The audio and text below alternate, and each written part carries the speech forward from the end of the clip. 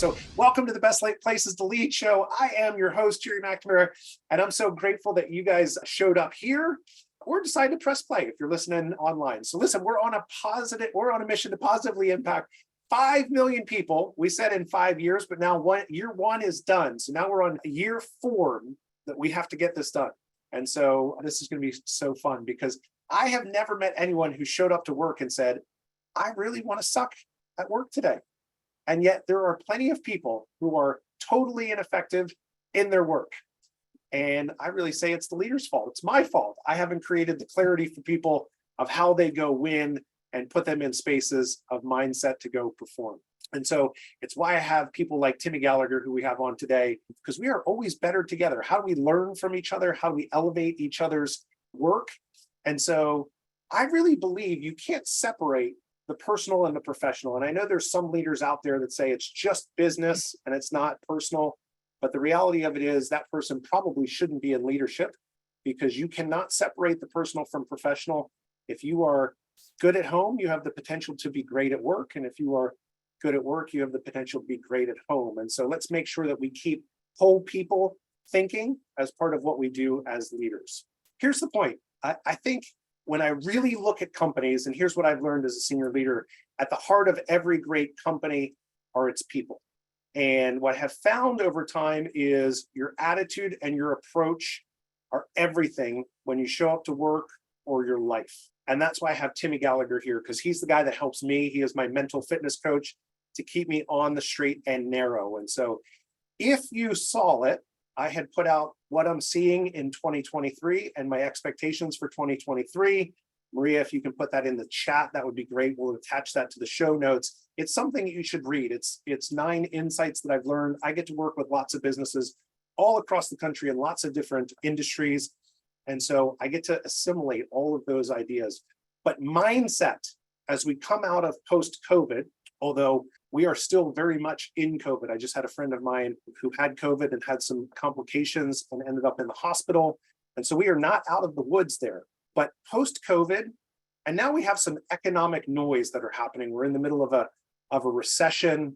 I think we're headed in a recession. I think it's going to be a bumpy road here for a while. And so people's mindsets, they're delicate, they're fragile. And so if you are not doing the work to really create a strong, bulletproof mental mindset, then you're not going to be at your best for what it is that you're doing. So Timmy's our first 2-time guest, and there's good reason for it. First of all, I love him. Second of all, I mean, the reality of it is there is no one that I know that practices what they preach more than Timmy does. And so he just got back from a 2-week monastic retreat. He had some noise happening in his life, both personally and professionally. And he said, you know what? Here's what I need to do. I need to take a break. I need to pump the brakes. And I need to go on to a retreat and be in thought. And so, Timmy, thanks for being here with us. I want to have you share a little bit about what you did on a 2-week monastic retreat, because I think every person that hears you say that go like, what? Tell me more about that. Well, good to see you, Jerry. Good to see everybody. So the retreat. Yeah, I went and lived with Cistercian monks for a week.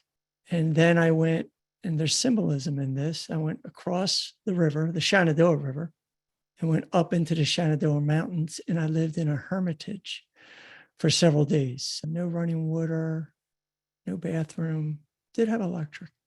Over there, I met with the spiritual director once a day. And I totally unplugged. Did not even speak with my family for 2 weeks. How did you get to a place where you thought, you know what, I'm going to stop the world. I'm going to go do a bit of a silent retreat, unplug from the world. What was your thinking there? Because I know everything that you do is evidence-based. And, you know, like, how did you get to that place that this is what I'm going to go do? Well, you had mentioned there was a lot going on professionally and personally that was overloading my defenses. And that shows up, right? We feel stress and anxiety. And I know better than to just let that get the best of me. And it was, I needed to go within. Our brain sets us up, good or bad. Our default system, the limbic system, which I like to call survive mind, that part is 3 to 5 times stronger than your more human side, your right lobe and your prefrontal cortex. So that limbic system, that survive brain, is 3 to 5 times stronger and it gets first bite at every stimuli that comes your way. So what that means is that your typical fight, flight, freeze, and feed and fornicate. That is how our species survives. So that's level set. Let's stop right there. Having a bulletproof mindset does not mean you don't get pinged. You don't take bullets. You will take bullets of life. The point is, do you have cover? I'll go back to my law enforcement days. Do you have cover? Do you have concealment? Do you have your vest on, your bulletproof vest? Do you have your other tools? Because you're going to get pinged and because it's hitting an area of your brain that's 3 to 5 times stronger, you can't help but feel that.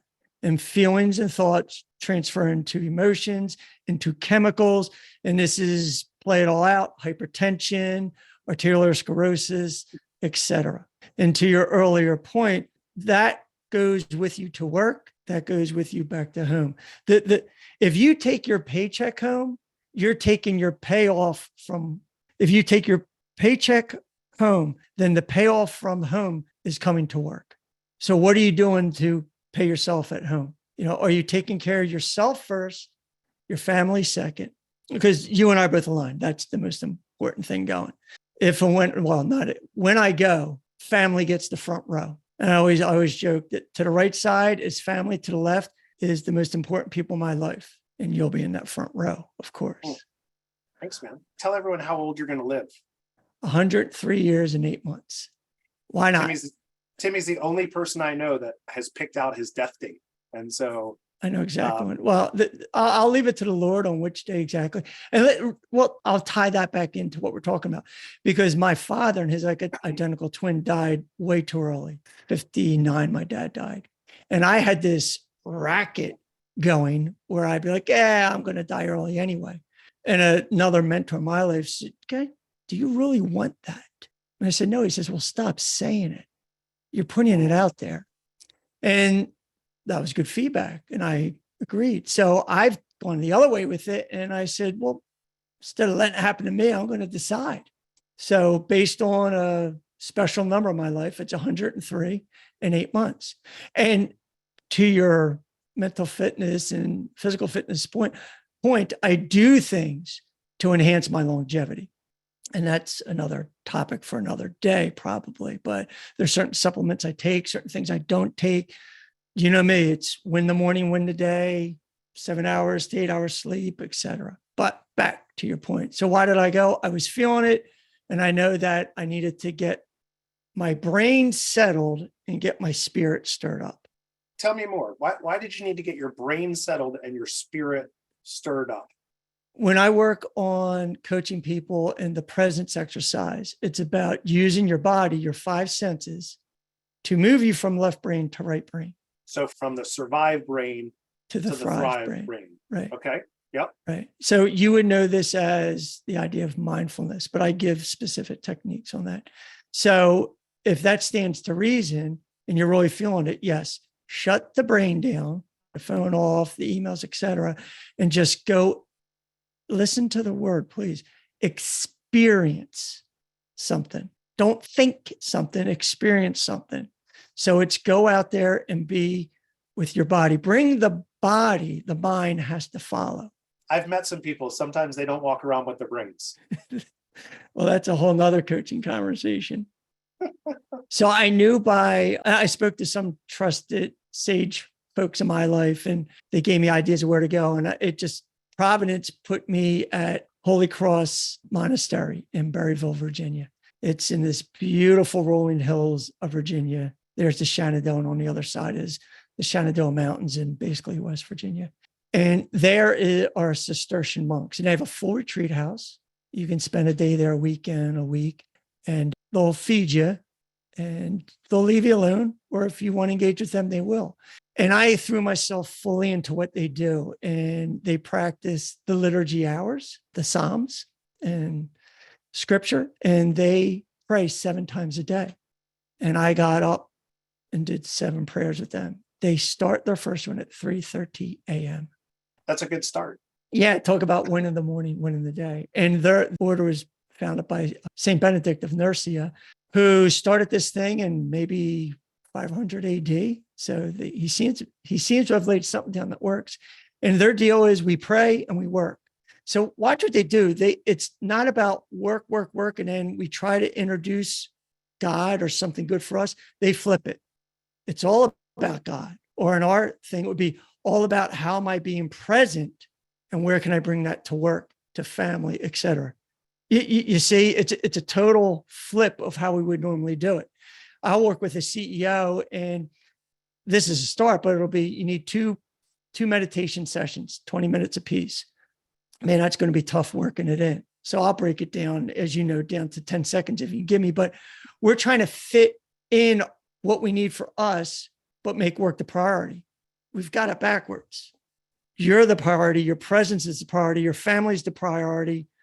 Work needs to become more of the convenient circumstance. And I know you're aligned with that. Yeah, I think it's interesting because I was just on another call with office hours, and I was talking to a bunch of CEOs, and I was making the point that I've never focused in on money. I've always focused in on doing great work. And behind the great work, you outperform and the money follows. No different than you get your priorities right first. And, I tell my kids, Brooklyn and Briggs, first things first, right? They have to get dressed first before they start looking at their iPads in the morning. And Brig, he gets really pissed off. He's like, I do not like this whole idea of first things first, but it serves them well because it sets them up for success as opposed to fighting with them. We already have our clothes on and it's easy to walk out the door. And I think so many times we get it wrong, Timmy, in this whole notion of the world. The world tells us more and now. We need more and we need it now. And that's okay if you truly bring conscious intention to what it is that you're doing and you say, I really want to go chase that. And I'm willing to take on the cost of maybe not making it home for dinner or not making my family a priority, or at the fitness side of it, I stop working out.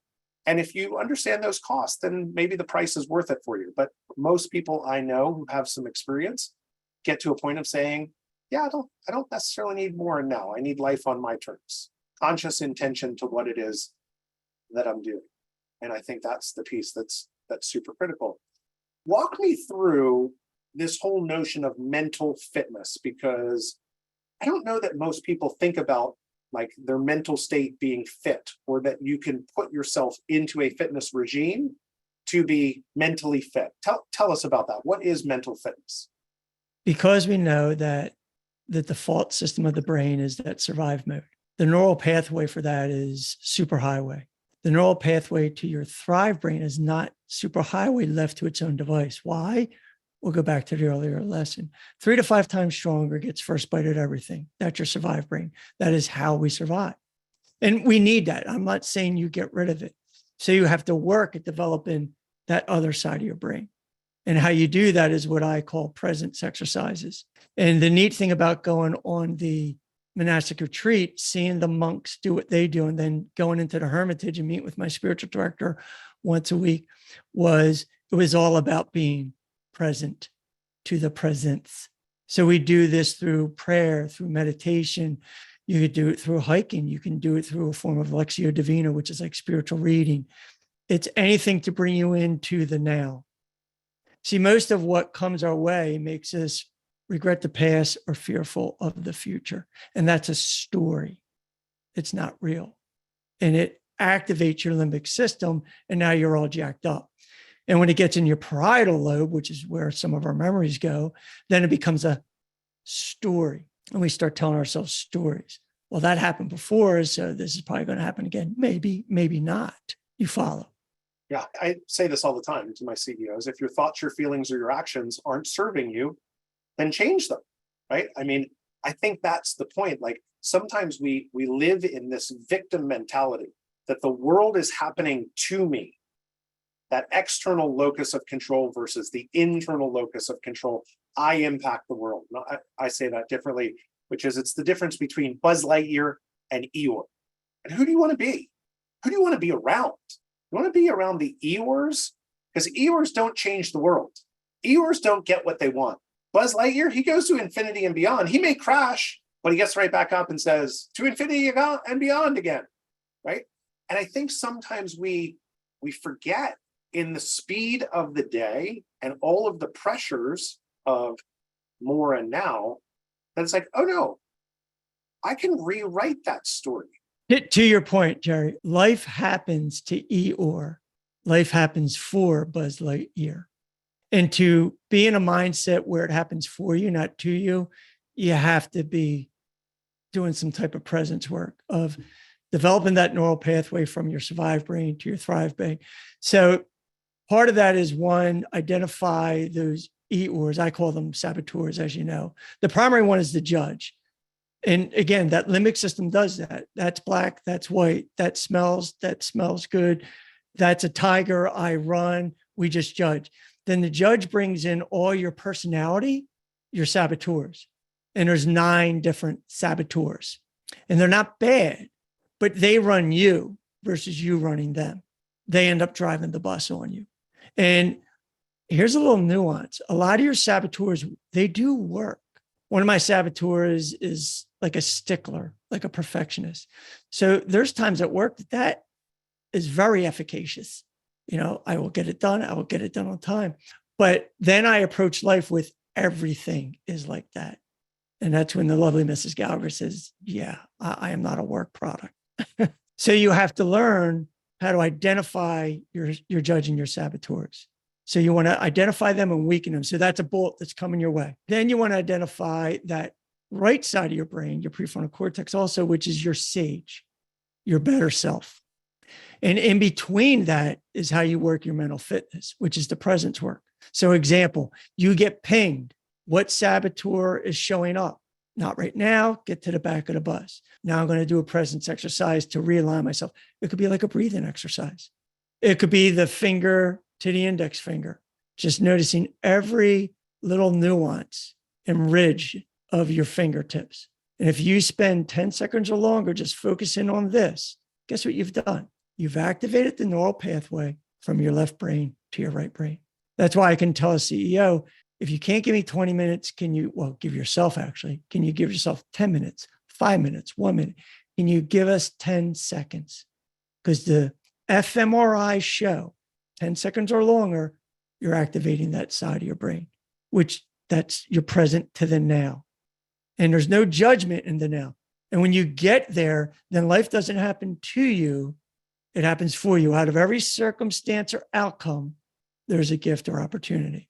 That's how it's happening for you. You find the pivot point. So a couple of things. One is, I know when I first start talking to people about mindsets and morning routines and things that you can do to prime the pump to get yourself into places of unfair performance compared to the world.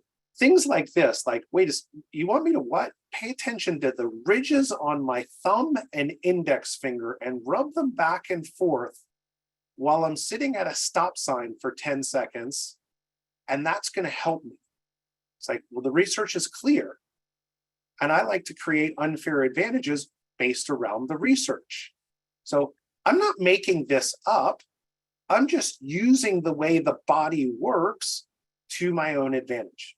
If you don't want to do that, that's fine. But I'm on a mission to unlock the very best version of myself, to play in peak performance as much as possible. So if I have to do a silly exercise for 10 seconds, I'm in. That's all I have to do. I have to pay attention. I have to breathe. I have to bring it back to here and now. It's like, yes, create those unfair advantages, because, Sean Acker talks about this in his research in positive psychology, but the brain at positive outperforms negative, neutral, or stress by 31%. And then there's all sorts of statistics way behind that. But the brain at positive outperforms negative, neutral, stress by 31%. So when you look and say, man, I'm not 31% better than other people. So if I can get my brain at positive, that gives me like, maybe I'm close to them because I'm not that smart. And, I got to work really, really hard. And so those are the things that I look at and say, yes, mental fitness is super important. Because we know when we go to those negative spaces, and, the way I explain it is the difference between my high performers and my highest performers is their ability to get back to positive mindsets, even when hard shit happens. It's not that bad stuff doesn't happen to them. It's that their ability to stop and recognize that my thoughts, my feelings, and my actions are not serving me, and to get back to center so that I can get back to a place of performance, that's what gets them to be at the next level of performance for themselves. Mindset matters. End of story. And to capitalize upon your point, when you get good at this, when the negative happens, you immediately know this is an opportunity for you to grow, to find the gift or opportunity in it. So think of the athlete, and like me as a triathlete, it's rainy, it's cold, game on. It's sunny, it's hot, game on. Some of the best athletes in my age group are here. Game on. Some of the best athletes are not. Game on. It's game on. It's happening for you, not to you. And how do you do that? You have to work of moving from your left brain, particularly your limbic system, to your right brain and your prefrontal cortex. And we do it through presence. And you can do it in very simple ways. You can make cutting vegetables a presence exercise. How do you do that? How do you do that? So instead cutting vegetables, I hate cutting vegetables. I want to make it useful. By the way, your judge is telling you hate cutting vegetables. No, I really just hate, I just hate it. I just hate it. Sage loves to cut vegetables, Jerry. Break that down. So don't just cut a vegetable. Give me a vegetable. What vegetable are we going to cut? A red pepper. Okay. Exactly what color red? Deep, like fire engine red. Deep fire engine red. How many like lobes are on your pepper? Is it 4? Is it irregularly shaped? Is it perfectly shaped? I mean, come on, it's perfectly shaped. It's got 4 lobes, but I always get the ones, for whatever reason, I pick them myself at the supermarket. They have a ton of seeds in them. I cut them open and I got to get all those seeds out. And taking each seed out, just make that a presence exercise. Instead of getting triggered, thank you, seed. Thank you, seed. Thank you, seed. Don't just cut it, be present to it. You say that, it sounds so hokey. That's your judge saying it. I see Erica Barlow laughing. I see Zach Mitchell chuckling about each seed. It's like eating rice with chopsticks and eating one piece of rice at a time. Well, welcome to a Buddhist monastery. Ask a Buddhist monk how they eat. Ask them how they walk back to their hut. They don't just walk. It is a deliberate, intentional each footstep. See, they're sucking all the marrow out of life to be in that moment. I give you an example. So to answer your question, don't just cut it, be present to it. Feel the knife going through it. Realize this is going to nourish your body. Realize God gave us this food. Realize somebody got it to your table. Otherwise, you're just eating. Don't just eat. Notice the presentation. Notice how it smells. Feel how it tastes in your mouth. This is how you become present. And can you do that all the time? I get you might not be able to, but at least in the meal, take the first 10 seconds and be present to it. I was Christmas Eve, family party. I ended up with a new baby in our family, Logan, and I ended up with him. I fed him, I burped him, I held him, and everybody was amazed that Logan was totally at peace because I was making it a total presence exercise with Logan. And his young mom came to me and said, I want to know what you're doing. And I was explaining this to her. And I said, this is your baby, Logan. She says, yes. I said, how long have you had Logan? She said, about 5 months. I said, you know your baby? She said, yes. I said, you love your baby? She says, yes. And I'm holding him. I said, are his earlobes attached or unattached? And she did not know. Now, I have no doubt she looked at her baby every day and she loves her baby, but get present to the earlobes of the one you love. You follow me? Follow you. Yeah. And that's what you talk about with loving your people. You know, if you're going to ask them how they're doing, wait for the answer. Yeah. Because what you're doing with that is you're helping them get to that right brain. You're being present to them. Most people don't stop. It's the same thing that I say about leaders. If you're trying to unwind the personal and the professional and not understanding whole people, in my opinion, you shouldn't have people in your care. You just shouldn't. You don't understand the responsibility that it is to have people in your care. I want to ask you a question because, we were talking about food. Got me excited because we're getting close to dinner, right? I think Mother Nature got a handful of things wrong. Okay. Right? So one of them is it takes me 60 seconds to eat a cookie, and it takes me 60 minutes of pain in the gym to work off that one cookie. And so I think that's an unfair trade. So I think Mother Nature got that one wrong. Why is why is pain the touchstone of all growth? Why do we have to experience pain to find growth? Yeah, I saw you had that out there. So let me clarify. There's actually pain or suffering and joy are the two things that can create growth and transformation. Why? Either one, because they're only things strong enough to get your ego out of the way, to literally punch that judge and those saboteurs back where you say, this isn't working for me. I can't do it. See, that I knew way before it got to that point, I needed to go on a retreat. You follow me? And because the ego and that limbic system is so strong, that's what you need to get it out of the way.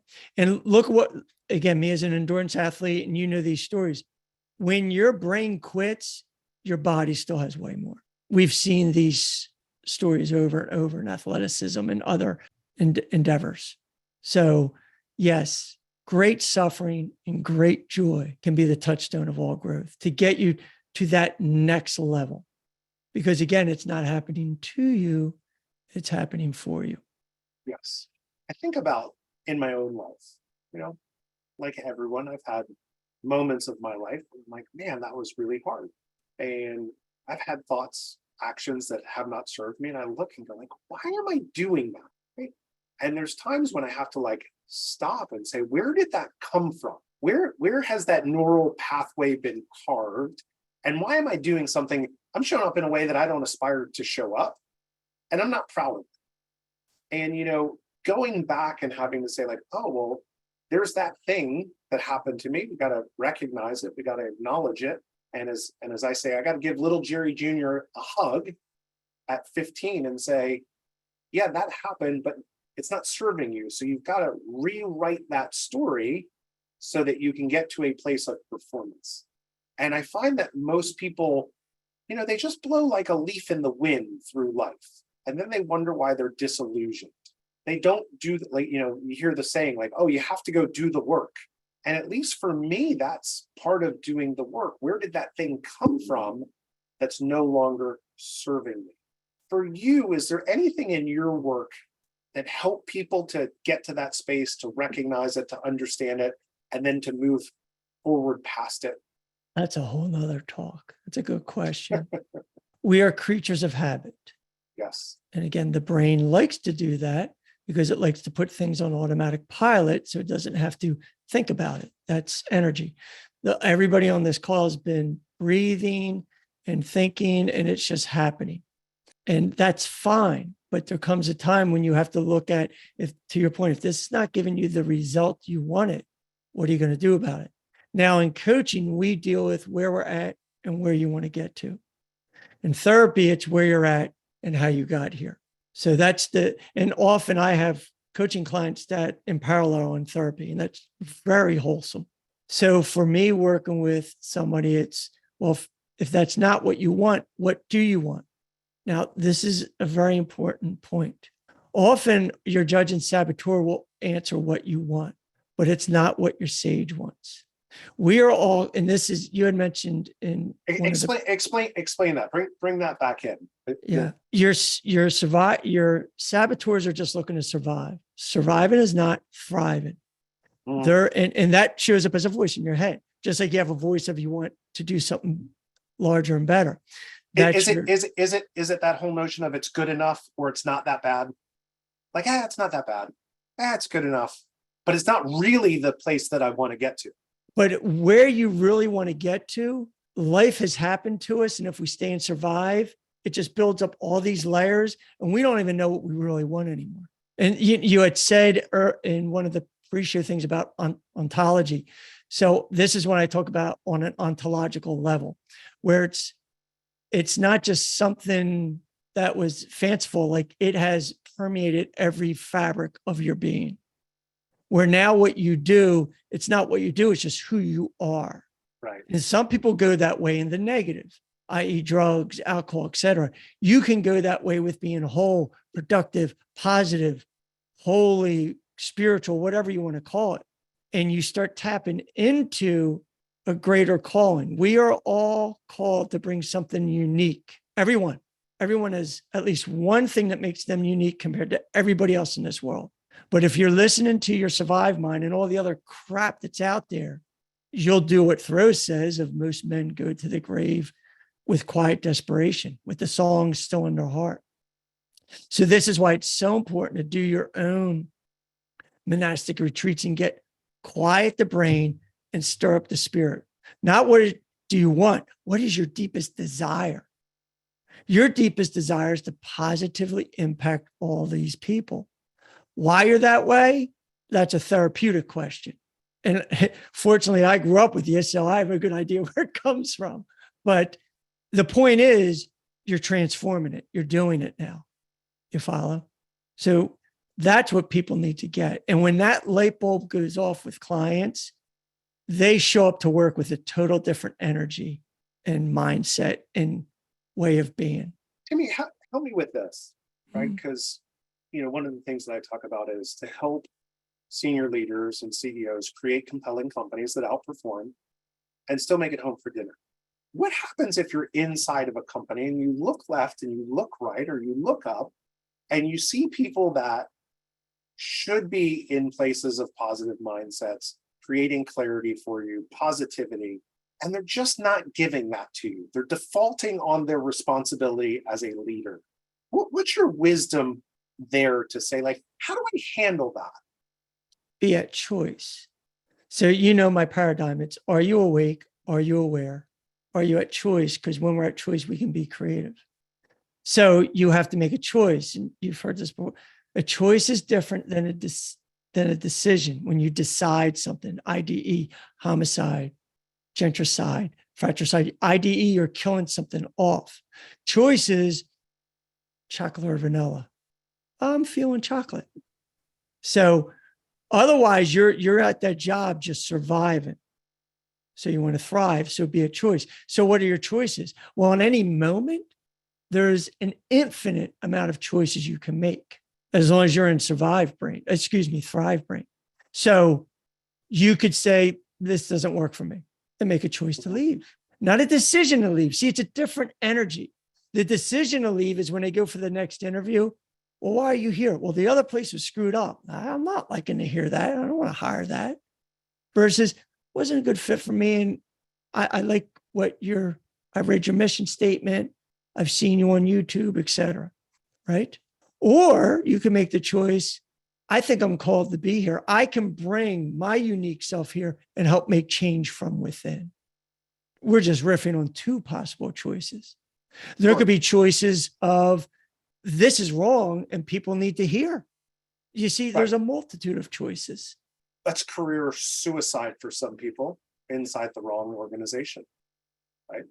When leaders are ill prepared to lead and not clear on how they're going to show up, promises that they make to people, then, that could be a career ending or career changing decision to raise their hand and say, this environment isn't leading up to, like, the words that are on the wall. They're hollow, because that's not the way we act inside this building. And I think about that all the time, how people, quiet desperation. I experienced that, and it's part of why I'm on this mission. I was brought in to run a company, and I had values misalignment. Not right or wrong. We just had different approaches. Right. And I made a decision that I didn't own the company, so I made a choice to go do something else. And I think sometimes it's hard, though, especially when, I don't know, like, people battle imposter syndrome. I look at some of the most successful people that I work with and interact with, and they're like, I need to be a CEO. Like Nathan Adams and I always joke, there's no training to be a CEO. Yeah, no shit, right? And so how do you battle that imposter syndrome of having the seat at the table. So let's tie a few things together. Let's do it. That voice of this is wrong, that's very prophetic. You're being like a prophet. And a prophet is never appreciated in his or her own kingdom. And it's interesting, we mentioned that with Martin Luther King Day coming up, because you're showing up in a sage way. And of course, saboteurs are not going to want to hear that.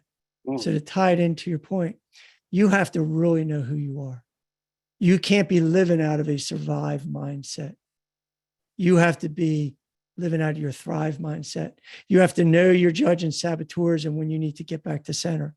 You have to know the better voices of your sage, and there's 5 sage powers, empathy, exploration, innovation, navigation, and activation. And the sage perspective is always out of every circumstance or opportunity or outcome, there's gift or opportunity. Short version, doesn't happen to me, it's happening for me. So those people can be very, very scary. So to answer your question, you got to be able to be prophetic to yourself. Am I just surviving here or am I thriving? Have I really done the inner work to know who I really am, what I'm really bringing to the table? Am I just bringing that paycheck back to the table or something transformational? Because who you are shows up everywhere. But often your personality shows up before you do. But do you really know who you are? And I know we're getting a little deep here, but this is what we're talking about. Because if a leader really knows who they are, they're showing up with a different energy than the person that's just viewing their people as widgets. They're viewing their people as humans. I totally agree. I mean, I think I've shared with you before, I have a leadership gap course, which binds together the high performers inside an organization and the business model. And the very first module about that is, how are you as a leader going to show up for your people? What are the promises? How do you create that predictable environment to create agile, empowered, and engaged decisions? And most of us screw that up. We don't give people the rules of the game. We make them guess, which then makes them second guess themselves. Like, I don't know. Why wouldn't you just give people the rules of the game? Like, give them the answers to the test. I'm not going to make you spend 90 days trying to figure out what makes me tick. And yet all of these things are like tied together. That if you don't do the work yourself to put yourself into a position of clarity, then it's easy to blow like a leaf in the wind and to buy into other people's bullshit. To give you the science behind it, that's the mirror neurons. Yes. When I yawn, you tend to yawn, right? Same thing. If I show up negative, you tend to get negative, which is again why we have to, you have to know yourself, your deeper, as I said, ontological self of how you're showing up. So do you know your triggers? Do you know your saboteurs? Do you know what you're like on a bad day or good day? In fact, that was the message I sent out today to you and to other folks of just observe yourself today. Don't even try to fix it. Just observe it, almost like a third party. Like, do you believe I just did that? Yeah, I did do that. Or, wow, do you believe I just did that? Yeah, I did do that. And there's that being in the now, being present. It all comes down to being in the moment. That's the only thing we have. 3:30 is gone. We'll never get it back. And if we stay in the now, I used to say this to guys in the police academy. Speaking of Bulletproof, you're in a firefight. Bullets are coming your way and you're throwing rounds down range. You're trying to neutralize a target. What else are you thinking about? Are you thinking about, did you leave the oven on? Are you thinking about, did I pay the mortgage? Probably not. You're just thinking, I want to survive. Makes sense. And hopefully you rely on the training we gave you to get out of there and thrive. But in the now, you don't have a single problem. You just have a gift or an opportunity. If you think of it and feel it a different way, you're not in the now. You've gone somewhere else. You've either gone in the past or jumped ahead in the future. I think that's so good because you can deal with this moment right here, right now. Yeah. It's when we worry about the regrets of yesterday and the fear of what tomorrow might bring that we get ourselves into places of non-performance. Yeah, and Paralysis. let's be clear. We're not saying, we're ignorant of the past or the future. Right. But again, don't let it happen to you. It's happening for you. Yeah. And how do you make that? You work on the mental fitness. And isn't it neat that the key to being in the now is with the body, not the mind, using one of your five senses to be in the now, or a combination of them. It's brilliant how we're built, utterly brilliant. I love sitting and chatting with you. Here's a pivot point. How so much in business, I was thinking of like Apple, and my middle guy, Colin, he's got the Apple earpod things. And he was telling me how Apple has a person or persons that even figure out when you close like the little iPod thing, the sound. I don't know what they call them. Colin, I should call Colin in here, but like they even think of how it sounds to you, how it feels to you. Like they get it. They're using the body senses to get into the mind of, I need this. I must have this. This works for me. It's amazing because it is a distinctive sound.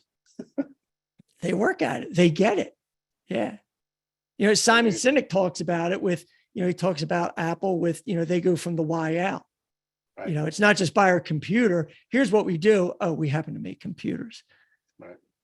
It's good stuff when you get it. That's functioning on a deeper level, And that's what we're trying to do here. It's why we come together to share experiences and to be mindful about how we can help lead our own lives better, show up for ourselves, and show up for people who are in our care.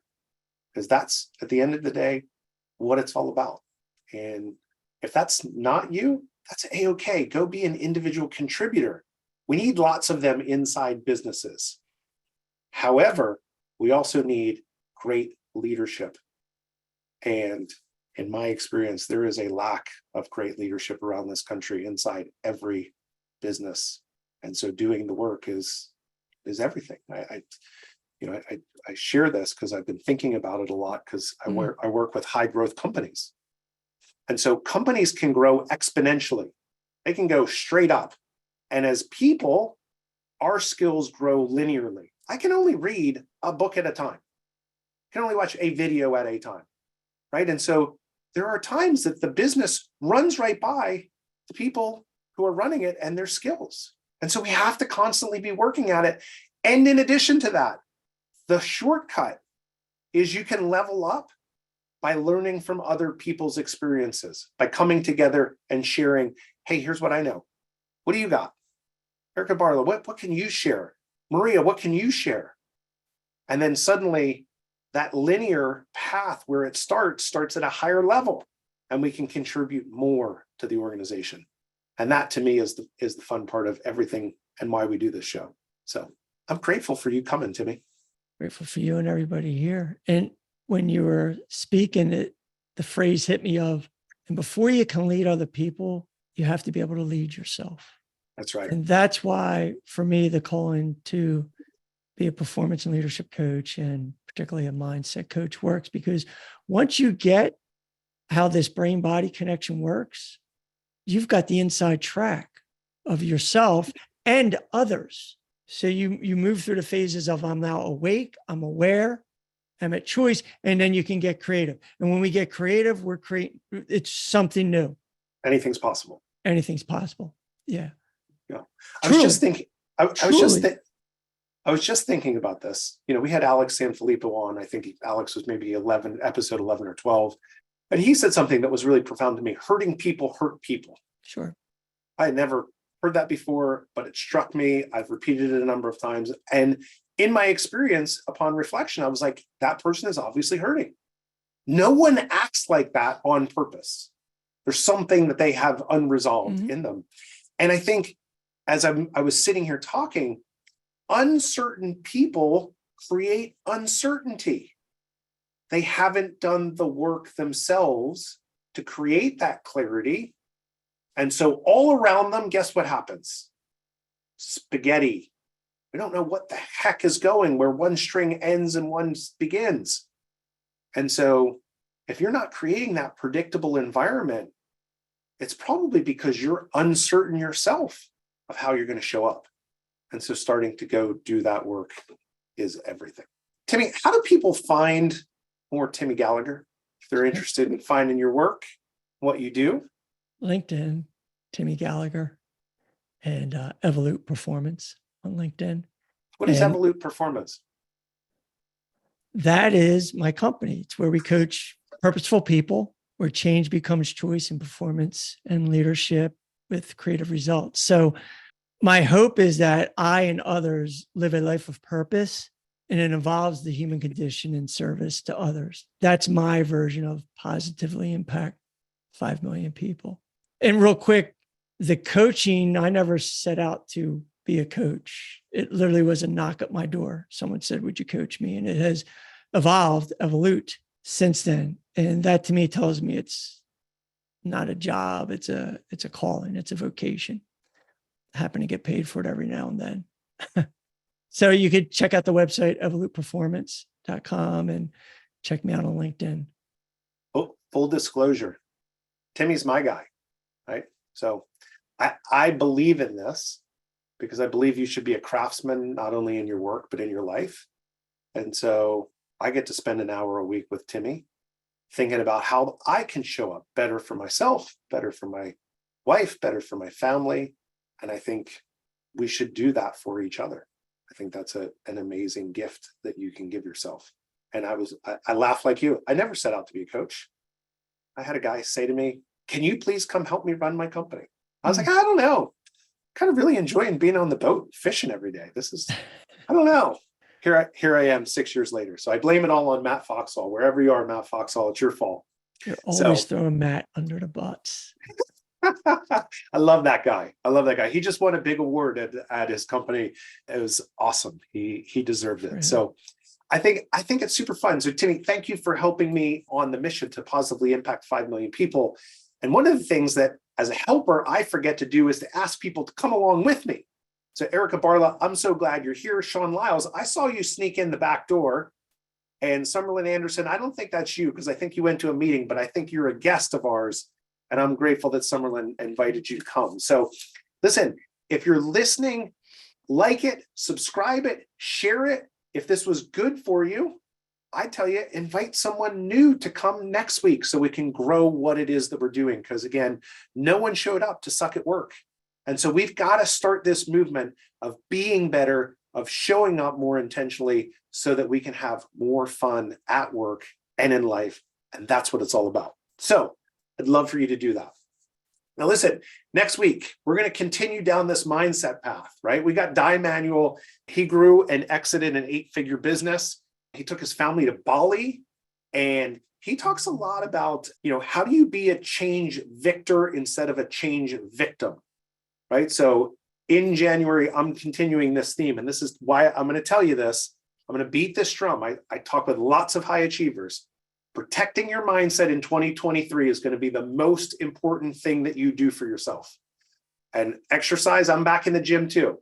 But I'm going to tell you, your mental fitness in this environment with this noise coming through COVID, we're exhausted, we're worn out, and now we have more uncertainty than ever. This is where you have to put your energy. So that's why we're going to have Di Manuel next week. I hope you can join us. Should be super fun. He's high energy, so that'll be a fun event. Timmy, thanks for joining us again, and we'll see you guys all real soon. Thanks, everyone.